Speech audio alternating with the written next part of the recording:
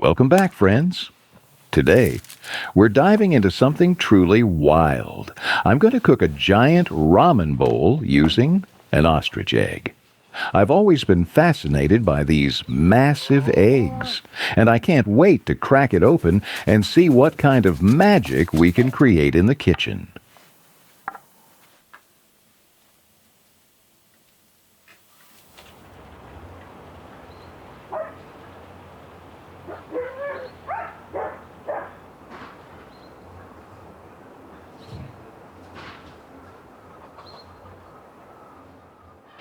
And don't forget to hit that subscribe button. I promise more wild recipes, fun kitchen experiments, and stories behind the food you never knew. You won't want to miss what's coming next.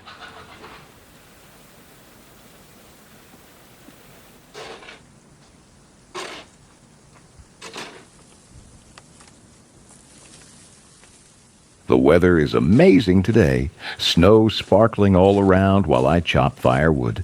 There's something magical about the cold air and the crackle of the wood, knowing soon I'll be cooking an ostrich egg.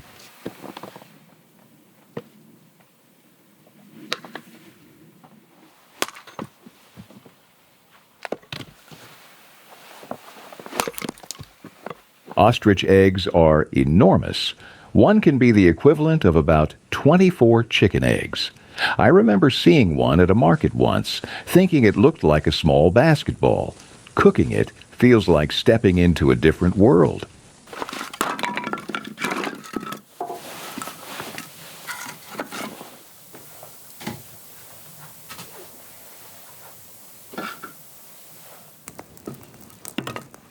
Historically, people have been fascinated by these eggs for thousands of years.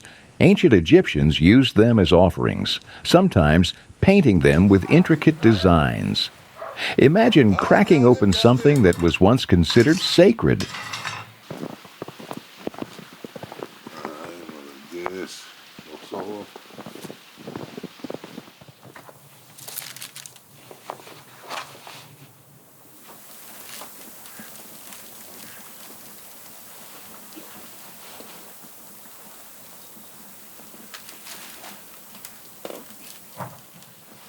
In Europe, during the Renaissance, wealthy families displayed ostrich eggs as symbols of status and wealth. They weren't just food, they were art pieces, almost untouchable. Now, I get to turn one into dinner.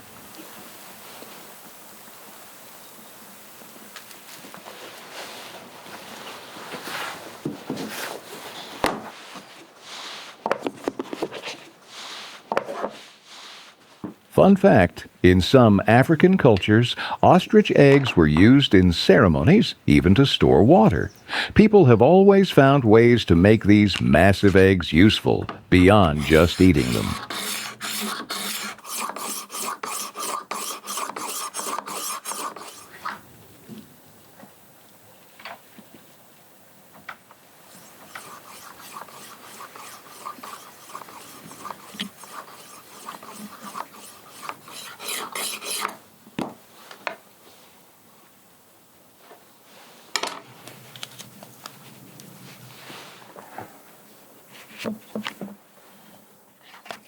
By the way, if you want to take your cooking adventures to the next level, check out my online store. I've got everything from knives to cookware, all the tools I use myself. Just scan the QR code and explore. It's all there, waiting for you.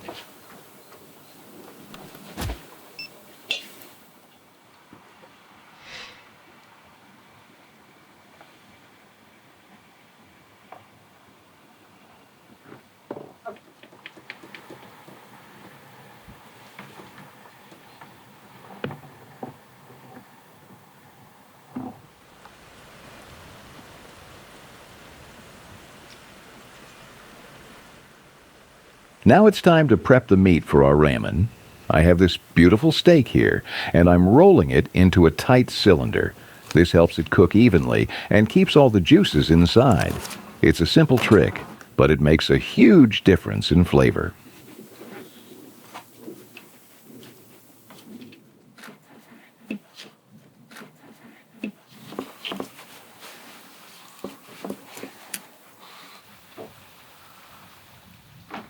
The beauty of rolling the meat is that every slice will have that perfect balance of tender inside and caramelized outside.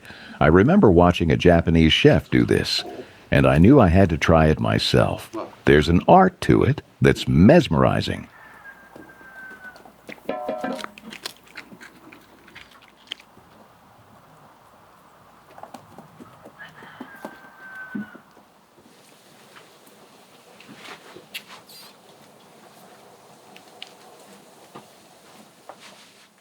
To keep it all together, I wrap the rolled steak with kitchen twine.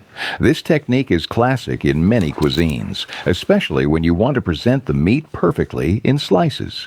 It feels so satisfying to see it neatly secured.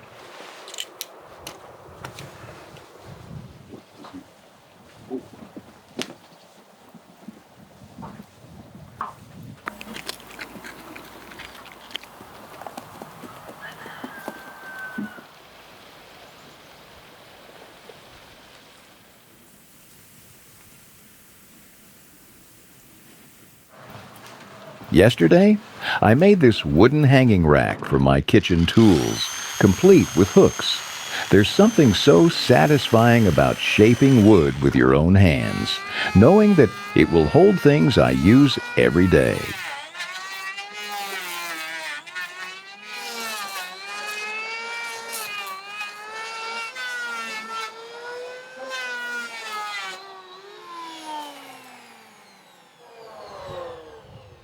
I've always loved working with wood. There's a rhythm to sanding, carving, and assembling that's almost meditative. When I make something functional, it feels like I'm leaving a little piece of myself in the kitchen.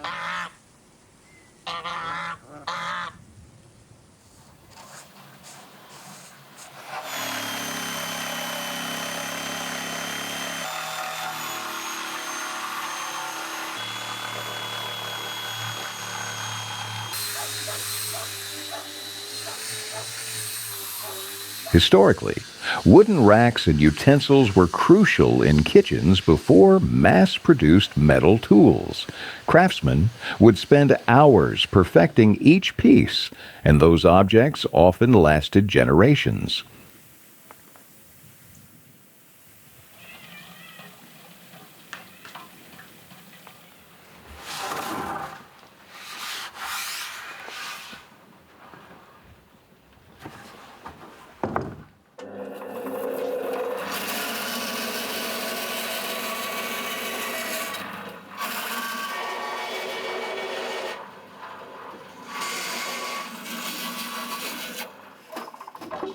Making a wooden rack is also about problem solving. Where should each hook go? How high should it hang? It's like a small puzzle that has to work perfectly in everyday life.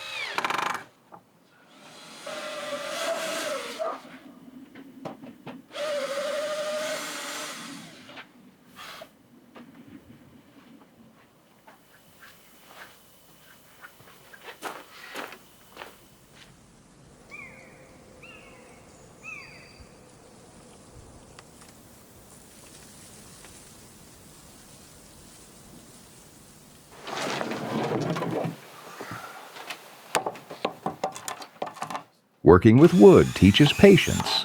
Mistakes happen, surfaces need sanding, pieces need adjusting. But that process is rewarding. The imperfections make it unique, a story in itself.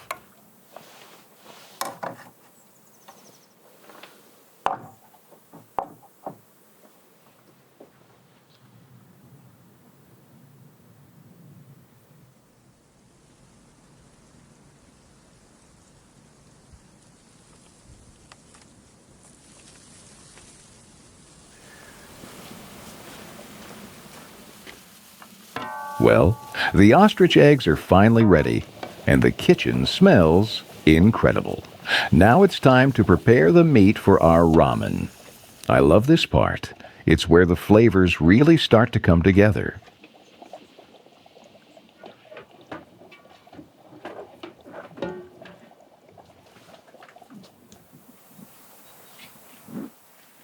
Did you know that ramen originally didn't always have meat? When it first came from China to Japan in the late 19th century, it was mostly a simple noodle soup for working people.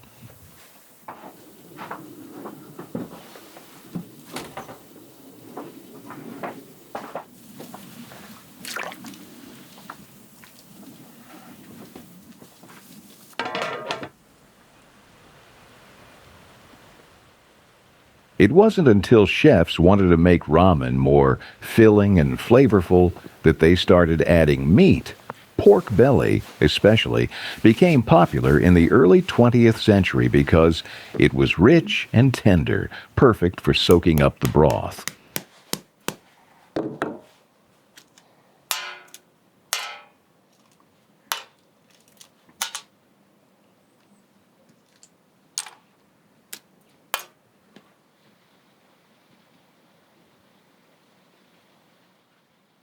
Every culture that cooks meat in soups has its own story. In Japan, adding meat made ramen a complete meal, not just a snack. People could work hard all day and get energy from a single bowl.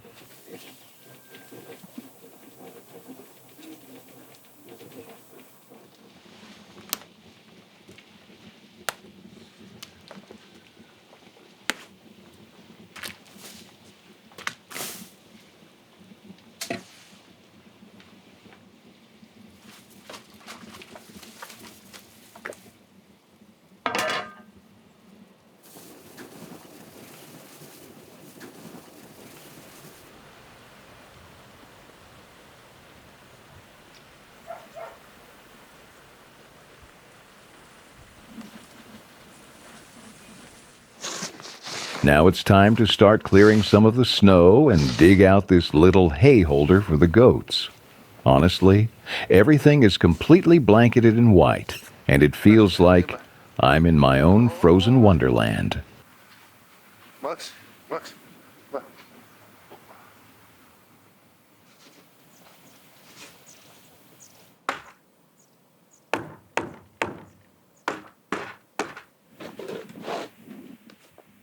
Shoveling snow might seem like a chore, but for me, it's a surprisingly good workout. My arms, back, and legs all get a little wake-up call, and there's something refreshing about moving in the cold air while the sun glints off the snow.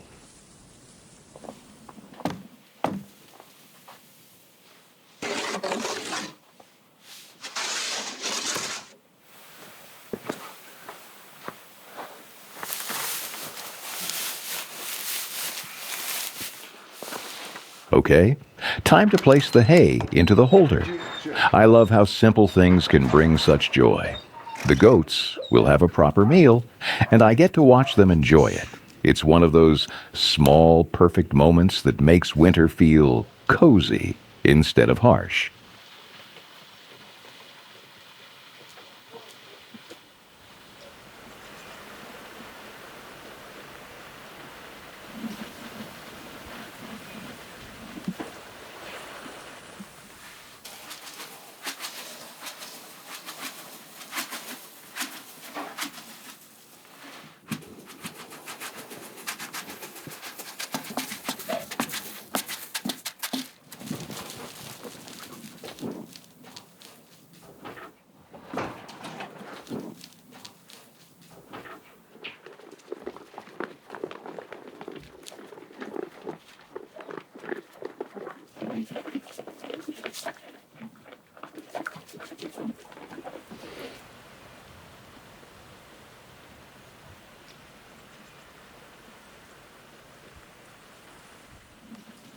All right, let's get back to our ramen. Every time I make it, I can't help but think about its long, fascinating history. Ramen didn't just appear overnight. It traveled across countries, changed, evolved, and became the comfort food we know today.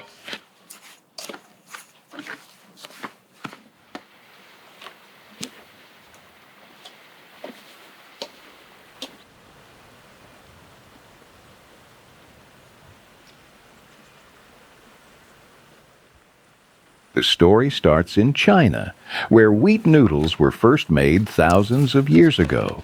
Traders and travelers carried these recipes to Japan in the late 19th century, adapting them to local tastes and ingredients. Imagine those first noodle shops in bustling ports, steam rising from big pots, people hurrying to get a warm bowl.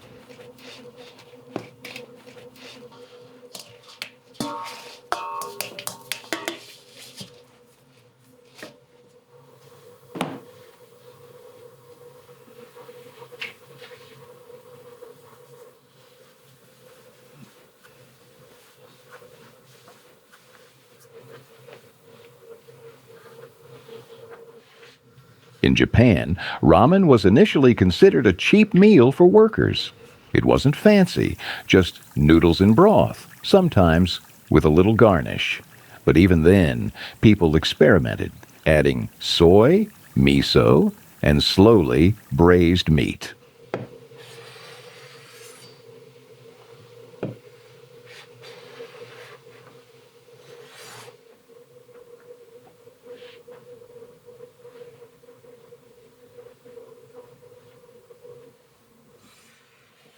During the early 20th century, ramen shops started popping up in Tokyo and Yokohama.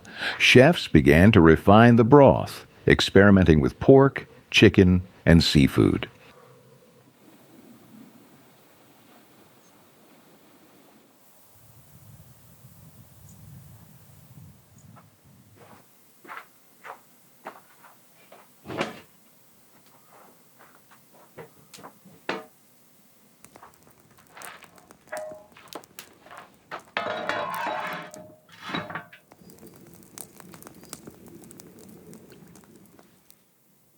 Fun fact, after World War II, ramen became even more popular in Japan. Wheat imports from the U.S. made noodles cheap and widely available. Ramen transformed from a street snack into a national obsession.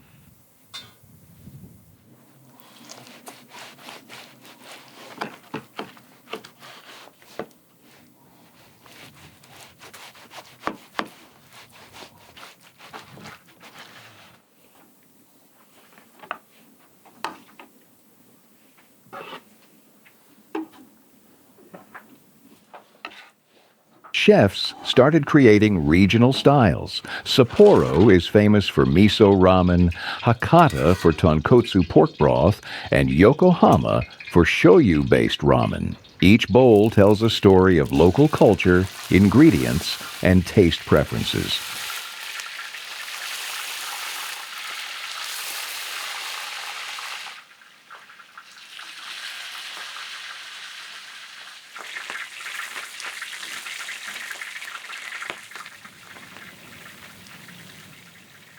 Ramen isn't just Japanese, though. In the United States, Chinese immigrants introduced it as Chinese noodles, and over time, instant ramen became a global phenomenon. I remember trying my first cup as a teenager. It felt like magic.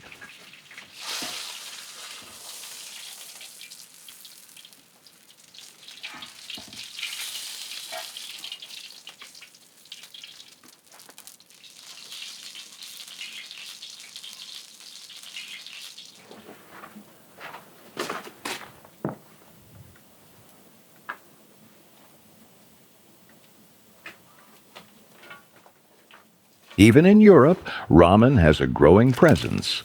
Chefs are experimenting with local meats, vegetables, and broths, blending tradition with innovation. It's fascinating to see how a dish can travel and adapt while keeping its soul intact.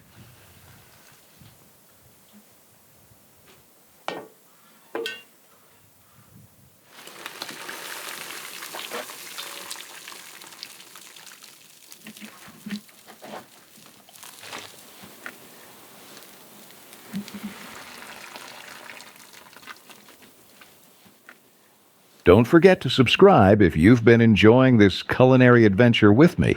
There's plenty more chaos, creativity, and delicious experiments coming your way.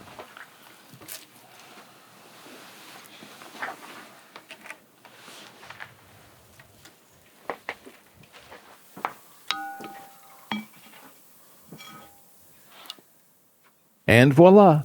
The ramen is ready, steaming hot, rich in flavor, and absolutely inviting.